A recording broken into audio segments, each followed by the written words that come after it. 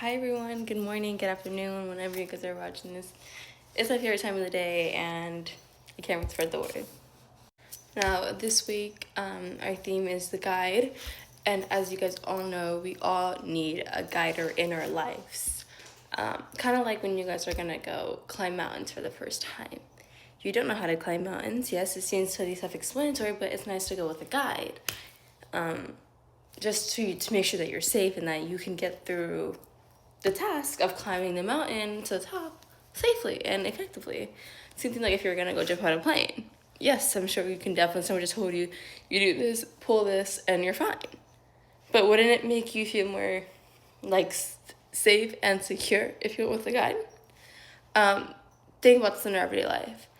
God is our daily guide that we need in our life. Yes, I'm sure that we can accomplish life without a guide. But isn't it nice to have a guide who writes our story and who knows our story already, and with someone who wouldn't leave your side? Because again, they're going to make sure that you could finish safely or get the task done safely and efficiently, and also be there just in case all the time with you. So yeah, I just want us to remember that. God wants to take us places. God is a way maker, and He's gonna make things possible for us. We have to let our way maker through, and that's something that just speaks in so much volume. I'm sure you guys, a lot of people know about a song where it talks about moving mountains. Like, God can move mountains. God can move mountains. That is crazy. So I want to read John chapter 16, verse 13. And it reads, "However, when He, the Spirit of truth, has come, He will guide you onto all truth. He will not speak into His own authority, but whatever He hears, He will speak, and He will tell you things to come." Again, He will tell us when things are going to come to us. We have the story that is already made in our lives. Again, we already have our story created. He is our present and He is our future. He has created our story and He's holding on to our story. He knows what our battles are going to be. And we cannot fight the battle with thoughts. We have to fight the battle with praise and with worship and overcoming. Because again, why try to fight a story that's already made for us? I think that's what a lot of us have to realize. Our story is made, okay? Our stories are already made.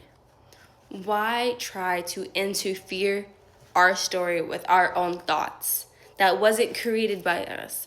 It was created by the man up above who has our life created right here in this little bubble. He has it for us already. We just have to fight whatever challenges He gives us, worship and praise, and constantly show consistency. I want to read the story of 1 Samuel chapter 3, verse 1 through 10. It's a little story, so stick with me. Now the boy Samuel ministered to the Lord before Eli, and the word of the Lord was rare in those days. There was no widespread revelation, and it came to pass at a time while Eli was laying down in his own place, and his eyes had begun to grow so dim that he could not see before the lamp of God went out. In the turbulence of the Lord, where at the ark of God was, and while Samuel was laying down, that the Lord called Samuel, and he answered, "Here I am." So he ran to Eli and said, "Here I am. You called for me?" And he said, "I did not call. Lie down again."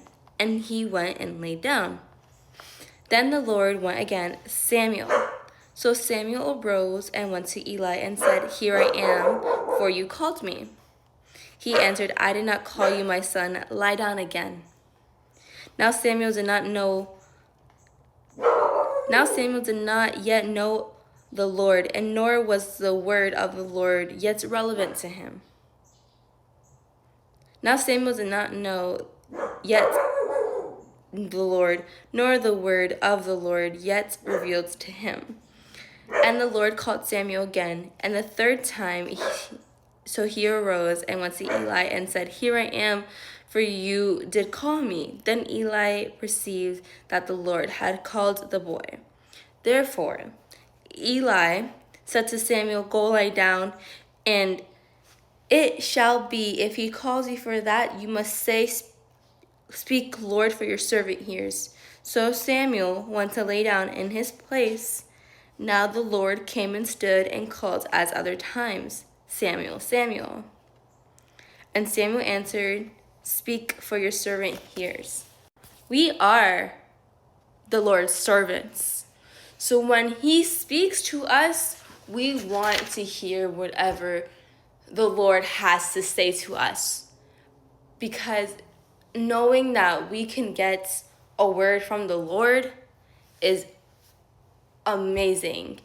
Getting something from the Lord is like a body moving feeling, and it's like, yes, like, speak to me, your servant hears. I'm listening all ears to you, to whatever you have to say. And we have to have obedience with ourselves when it does come to the Lord. I just want to say that I feel so moved by the Lord lately, where it's like every time that I'm getting in like worship, like I am like bawling my eyes out. It's a feeling that's like, it's a feeling that's unexplainable. You will know when you feel it. It's a feeling that you can't understand how it feels, but it's just like this supernatural thing starting to happen to your body, but you cannot explain what's happening. And it has made me so happy to know that I'm feeling something happen inside my body. Like, I don't even know what it is. It's just as I'm like worshiping, like this feeling inside of me just starts happening, and it like breaks me down. And we have to be broken down to get brought up again, and that's how a lot of things work. We have to have it broken to be fixed. And I would say I wasn't ever broken, but I would say that I did step away from the Lord for a while. Not that I ever stopped believing, but I would say I definitely stepped away from being consistent in my faith for a very long time. Very, very long time. I think it's because I grew up as a child who kind of had to go to church. And it wasn't something that I kind of was into when I was younger. And like every time my parents and my grandparents would go to church, I was always kind of like, what is, like, I don't want to be here. I woke up so early. Like, can we just leave early? Like, we left literally before the preaching even started. Like, I never even... Bambi! Like, I never even wanted to be in church. And then, since then, I made that huge gap of not being consistent in my faith. And, like, what was to had happened to me if something did happen to me? You know what I mean? But now that I think, that's how I thought about it before I started going back to church. Like, what if something was to had happened to me? But, again, now that I'm getting more, in this past year than ever, more in touch with the Lord, I have learned that my story is created. And my story is not done yet. And my story will not be done yet. And I am not done yet. My faith is not done yet. My spiritual journey is not done yet. And Lord, may it continue to grow and grow, because this is a part of a life that I want to be a part of. And I know that it's in my story that I am not done yet. And there is a reason why everything had happened, why it happened. So it's all just coming like to me in all these supernatural feelings. And I'm definitely going to let my Waymaker through, because he's going to move. And he's going to change me, and I'm all here for it. Also, you guys, all my content will be moving to YouTube eventually. So I will start posting on both. Just if you want to keep up with my YouTube, I have a little thing in the bio. You guys can subscribe. And yeah.